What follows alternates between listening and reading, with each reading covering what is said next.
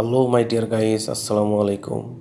Usman Sahal medical services YouTube চ্যানেলের পক্ষ থেকে আপনাদেরকে জানাই স্বাগতম।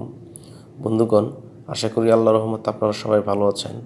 আজকের ভিডিওতে আমি আপনাদেরকে অ্যালার্জিক রাইনাইটিস, নাক বন্ধ থাকা, নাক ডাকা, নাকের পলিপাস, সাইনোসাইটিস এবং অন্যান্য সমস্যার সমাধানে একটি অত্যন্ত কার্যকর নেজাল স্প্রে এবং নেজাল স্প্রেটির নাম, দাম, গ্রুপ বা জেনারিক নাম, প্রস্তুতকারক কোম্পানির নাম, খাওয়ার নিয়ম এবং এর সাইড এফেক্টস বা পার্শ্ব প্রতিক্রিয়া সম্পর্কে আলোচনা করব।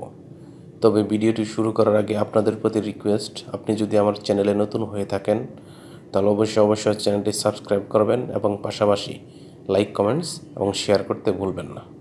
বন্ধুগণ, অ্যালার্জিক রাইনাইটিস এবং এর কারণে সৃষ্ট অন্যান্য সমস্যাসমূহের কারণে আমরা নাকে বিভিন্ন ধরনের প্রবলেম ফেস করে থাকি। এই সমস্যার সমাধানে বিশেষজ্ঞ ডাক্তারগণ সাধারণত যে নেজাল স্প্রেটির কথা বলে থাকেন বা তাদের পরামর্শপত্রে প্রেসক্রাইব করে থাকেন তার নাম হলো ডাইনেজ নেজাল স্প্রে। এটির গ্রুপ বা জেনারিক নাম হলো অ্যাজলেস্টাইন হাইড্রোক্লোরাইড এবং ফ্লুটিকাসন প্রোপিওনেট। এটির উৎপাদনকারী প্রতিষ্ঠানের নাম হচ্ছে বেক্সিমকো ফার্মাসিউটিক্যালস লিমিটেড। ডাইনেজ নেজাল স্প্রের দাম 320 টাকা।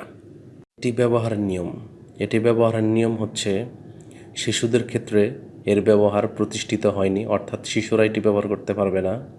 তবে যারা প্রাপ্তবয়স্ক তারা প্রতিটি নাকে একটি করে স্প্রে দিনে 2 বার ব্যবহার করতে পারবে।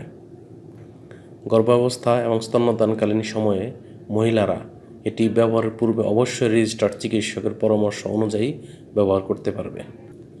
এই নেজাল স্প্রেটি ব্যবহারের পর সামান্য কিছু সাইড এফেক্টস পার্শ্ব প্রতিক্রিয়া দেখা দিতে পারে, যেমন মাথা ব্যথা, নাক দিয়ে রক্তক্ষরণ, ঘ্রাণ শক্তির পরিবর্তন হওয়া ইত্যাদি পরিবর্তন দেখা যেতে পারে। এই নেজাল স্প্রেটি 25 ডিগ্রি সেন্টিগ্রেড তাপমাত্রার নিচে আলো ও ঠান্ডা ও শুষ্ক স্থানে সংরক্ষণ করতে হবে এবং শিশুদের হাতের নাগালের বাইরে রাখতে হবে। একই সাথে যে কোনো ঔষধ বা মেডিসিন ক্রয়ের পূর্বে অবশ্যই উৎপাদন তারিখ এবং মেয়াদ উত্তীর্ণের তারিখ দেখে নিতে হবে।